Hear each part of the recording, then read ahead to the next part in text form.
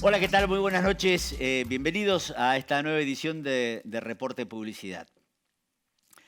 Entre tanto fútbol, tantos goles, tanto VAR, tanta emoción positiva, negativa, podemos hacernos un recreíto e invitar a alguien que nos ayude a pensar, ¿no?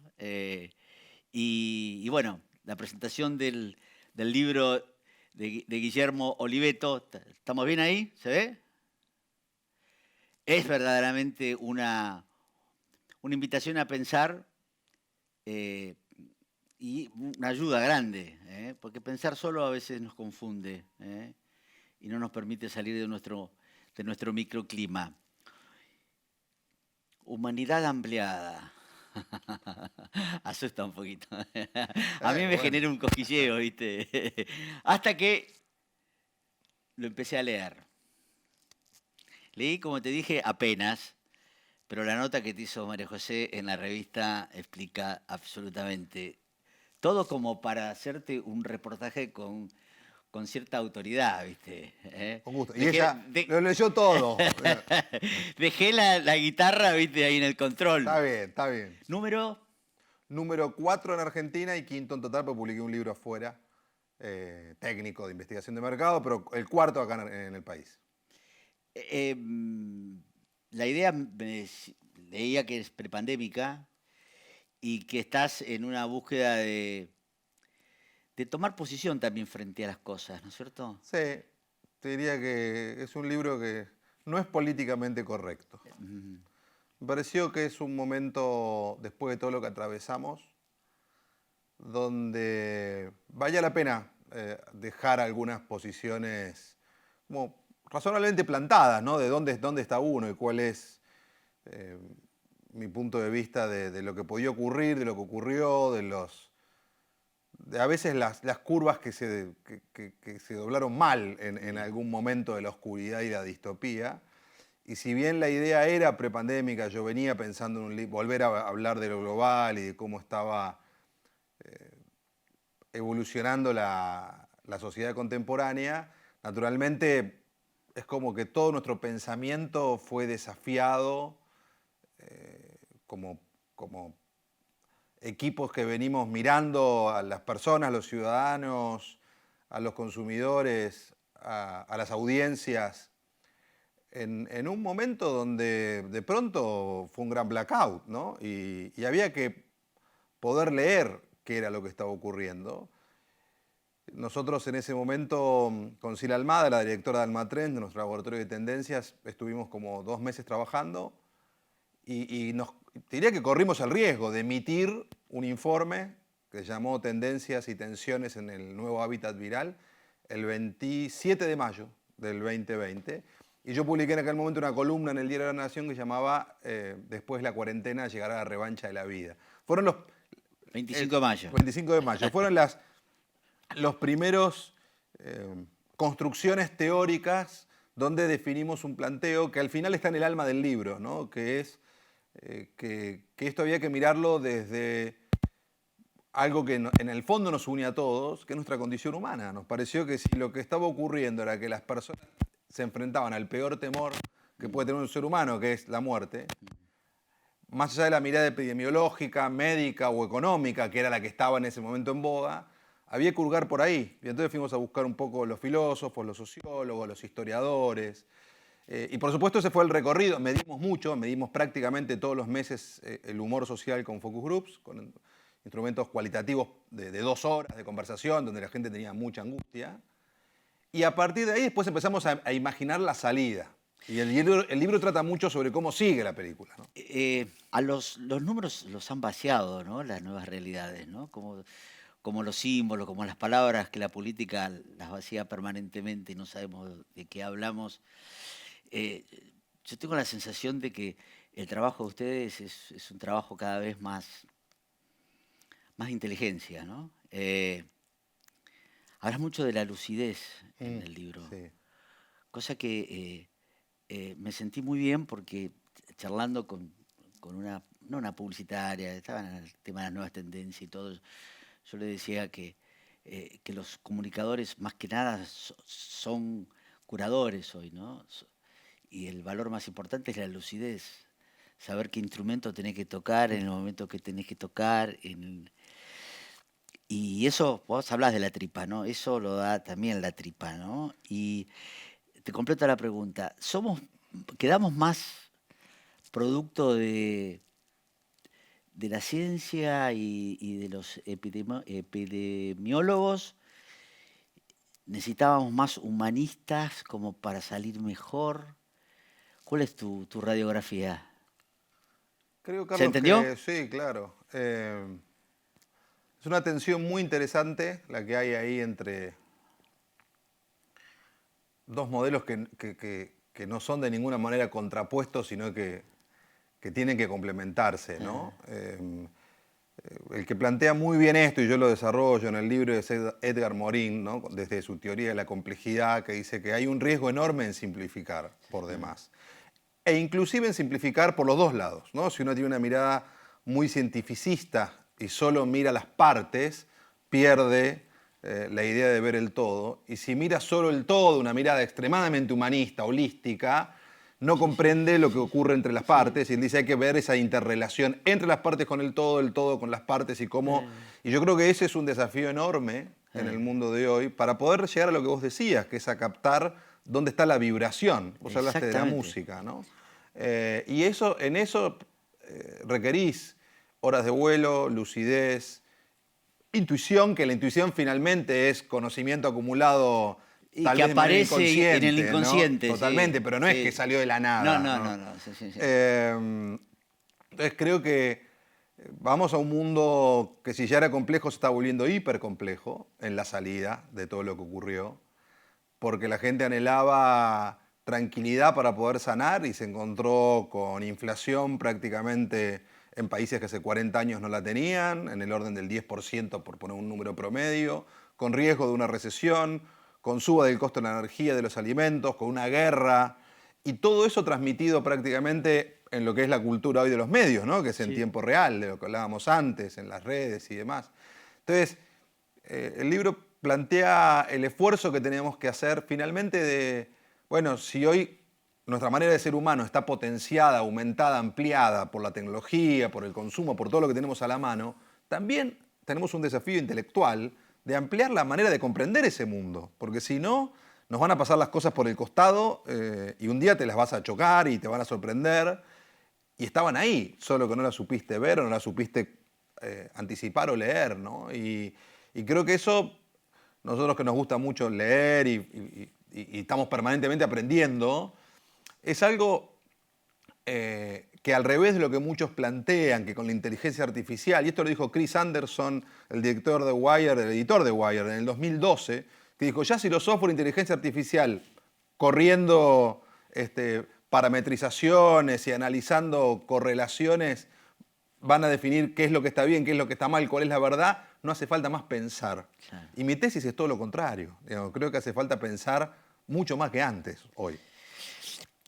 Yo digo, como utilizar un Zoom, ¿no? No el que nos comunicaba en la pandemia, sino el acercarte y alejarte como para poder tener una mejor perspectiva, ¿no? Para no quedarte ni con el todo, ni con la partecita. Es que creo que el juego ese es central, ¿no? Es poder ser actor y estar ahí en la escena y a la vez poder retirarte y mirar la escena desde afuera, entrar y salir.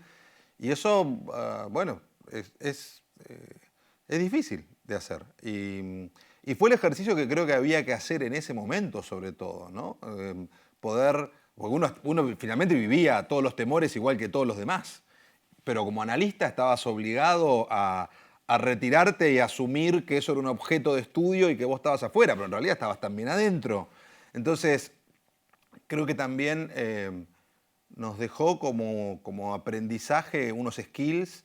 Finalmente termina siendo la peor catástrofe que vivió la humanidad que hoy está viva, Está porque viva. hay que volver, salvo que haya sobreviviente a la Segunda Guerra Mundial, digamos, ¿no? Y en ese momento ni todos los países entraron Sí, y sí. no había la hiperconectividad que hay hoy. Con No, lo no. cual, de lo que pasó, Carlos, a nivel personal cada uno tendrá sus historias, pero a nivel colectivo, por lejos es lo más No, pero aparte catastrófico que no nos era ocurrió, uno ¿no? contra otros como las guerras, sino acá el tema era un bichito contra todos, Por digamos, ¿no es eso, cierto? por eso.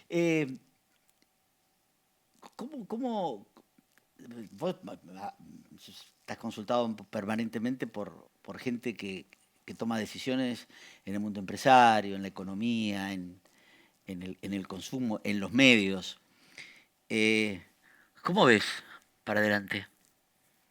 ¿Hay nuevos paradigmas o simplemente vamos y venimos y no sabemos por dónde agarrar? No, no, sí creo que claramente hay nuevos paradigmas. Creo que vos tocaste los medios recién. Creo que los medios son de los sectores que más estuvieron challengeados por toda la irrupción de los últimos 10 años de la tecnología y que lograron cruzar, o están cruzando, y están mucho más cerca ya del otro margen, ¿no? De estar, entre comillas, a salvo. Cuando digo esto es, pensá que muchos decían se acaban los diarios, por ejemplo. Y hoy no solo el New York Times o el Wall Street Journal o el Financial Times han hecho la transformación digital y han convencido a muchas audiencias de que paguen por contenido de calidad, sino que en la Argentina, por lo menos, dos de los grandes medios como La Nación y Clarín lo han hecho también con mucho éxito, ¿no? Y después tenés otro modelo como el de Infobae,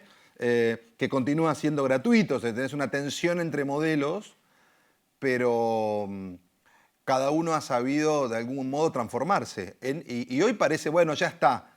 Yo te aseguro que hace 5 años no era tan No era tan claro, así. de ninguna manera. Entonces, eso en otras industrias está empezando a ocurrir, ocurrió con la banca también, que aceleró mucho, pero creo que me parece que hoy las compañías le tienen bastante menos miedo a la tecnología de la que le supieron tener en algún momento y se han apropiado y navegan con ella mucho mejor y esto es un paso adelante fenomenal. Vos decís, es tiempo de I, no de O. Total, total. Cuando hablamos de medios, hablamos de eso, ¿no? Claro, No hablamos solamente de... en los medios. No, me parece que pensá el comercio. A mí me preguntaban mucha gente en el mundo del retail, bueno, ¿y cuándo? Esta cosa de cuándo caen los gigantes, ¿no? Y cuándo... y ahí, en la distopía del shock del 2020 y 2021, hubo gente que dijo, bueno, ahora todo será digital. Yo era de lo que decía, mirá, vuelve todo. Digo, porque la vida que teníamos era demasiado interesante como para perderla. Vuelve todo, y vuelve el shopping, vuelve la cancha, vuelve el cine, el teatro, y eso es lo que estamos viendo hoy, ¿no? Ahora, vuelve hibridado, vuelve ampliado, con audiencias nuevas, al revés, en general. Enriquecido. Muchos tienen hoy más público del que tenían. Totalmente. Por el streaming, porque una cosa no anula la otra, sino que la complementa.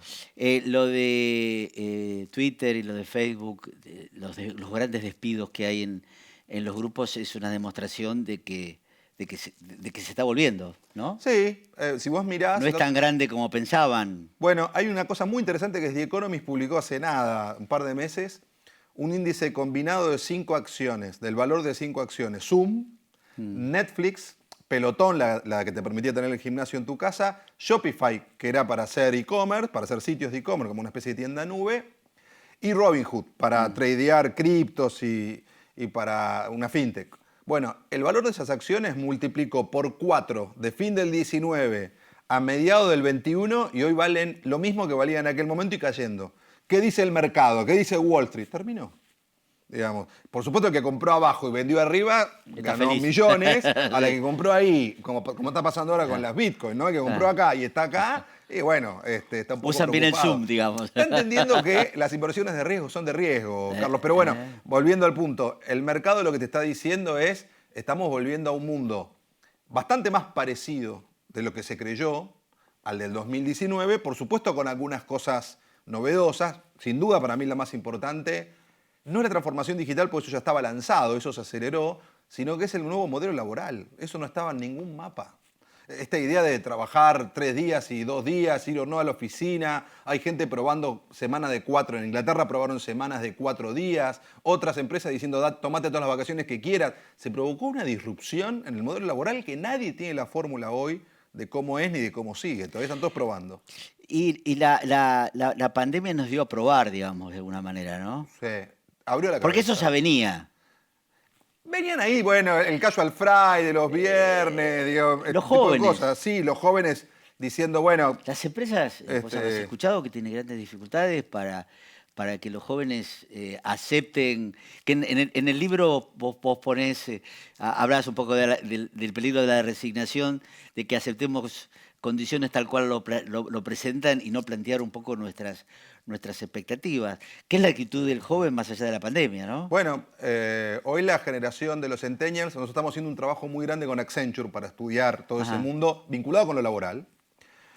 Y lo que ves ahí es un paradigma diferente, ¿no? De lo que los jóvenes llaman el life balance, ¿no? La idea de un cierto equilibrio y, y tratar de tener un grado de bienestar probablemente con una exigencia mucho mayor que la que tuvimos, no sé, la Nosotros. generación X o donde estábamos más programados para el esfuerzo permanente.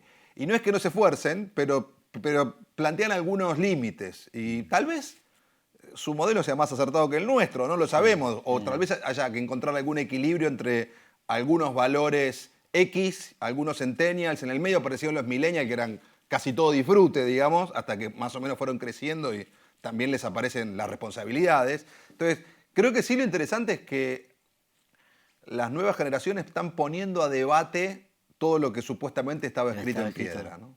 Lo que implica como un planteo hasta filosófico, ¿no? Sí.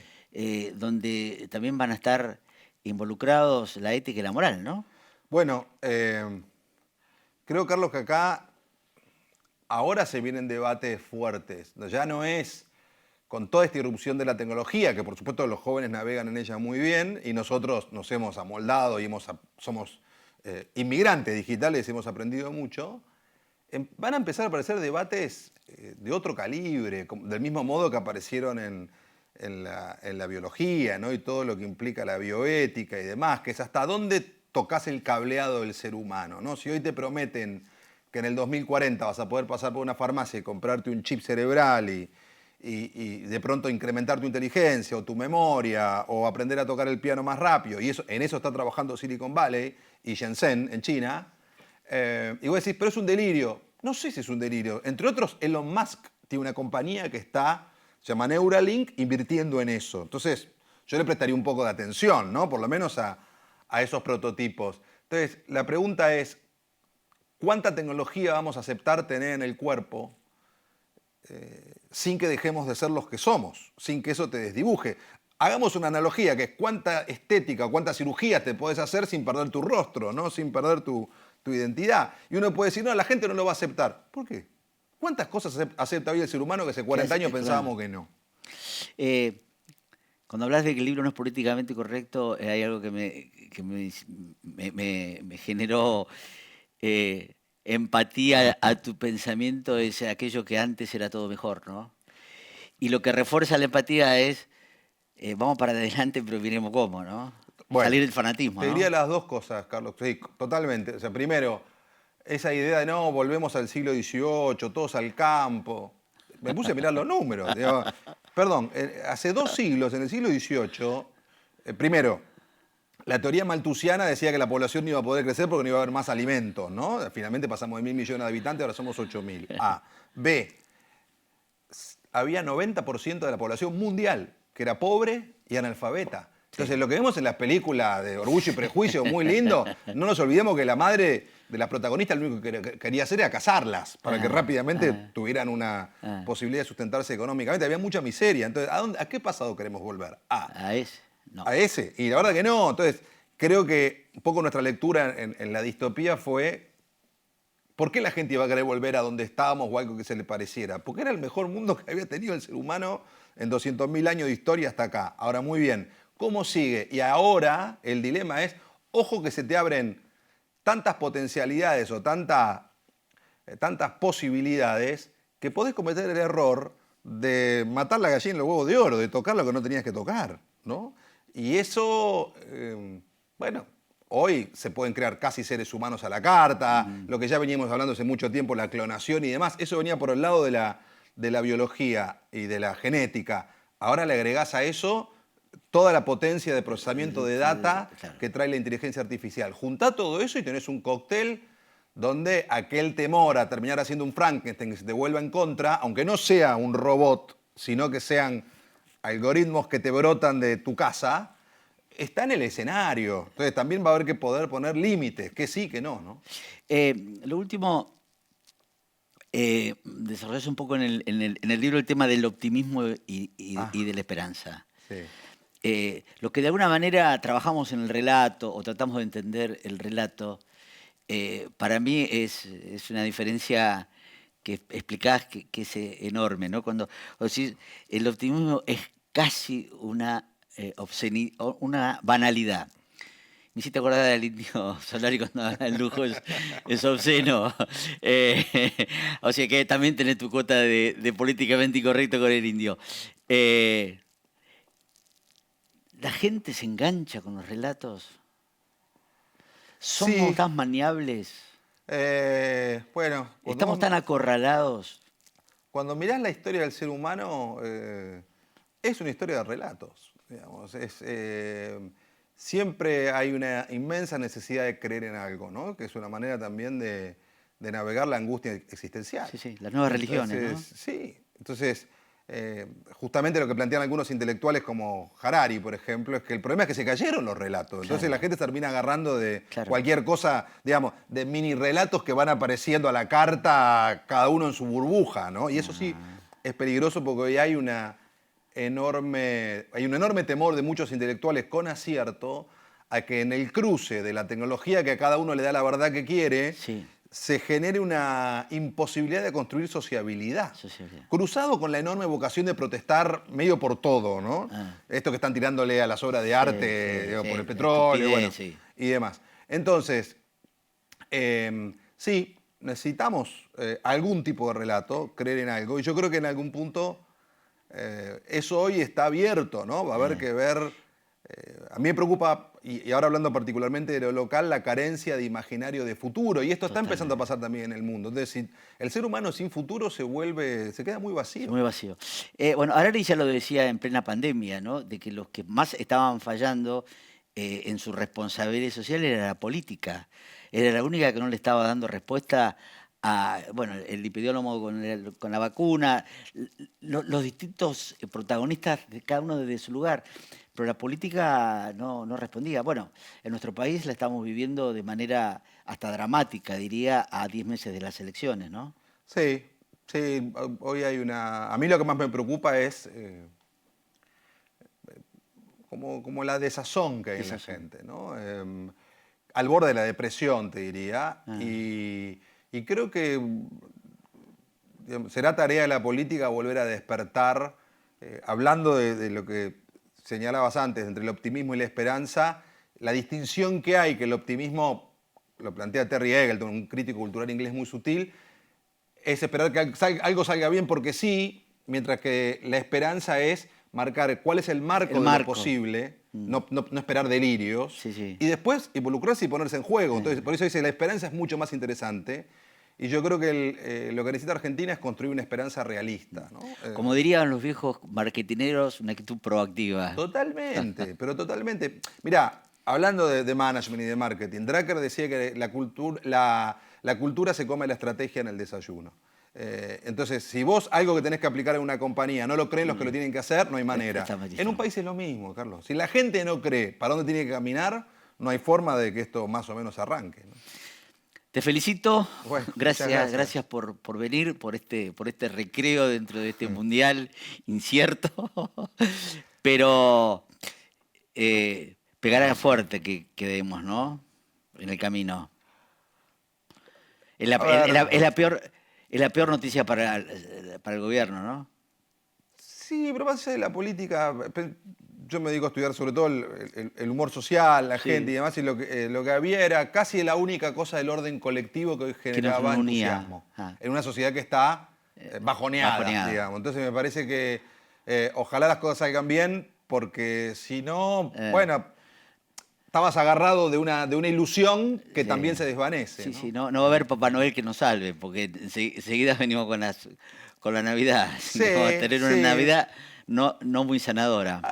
Bueno, yo le tengo fe al verano, porque, digamos, me parece que el ejemplo este de gente estando toda la noche esperando para comprar un pasaje de tren a 1.000 pesos, Sí, demuestra algo que estuvimos midiendo, que es, yo me voy de vacaciones, aunque no me cierre ninguna cuenta, porque pues si no exploto, porque necesito sanar, y pues tampoco le puedo hacer exactamente. esto a mi familia ni a mis hijos. Entonces, hay una cosa que si no entendemos todo lo que pasó, Carlos, no vamos a poder entender nada de De lo lo que que va a sigue venir para ahora. adelante o de lo que viene. Que funcionen los mecanismos de defensa. Totalmente. Y los argentinos en eso tienen mucha creatividad, ¿no? Gracias, Guillermo. Un placer.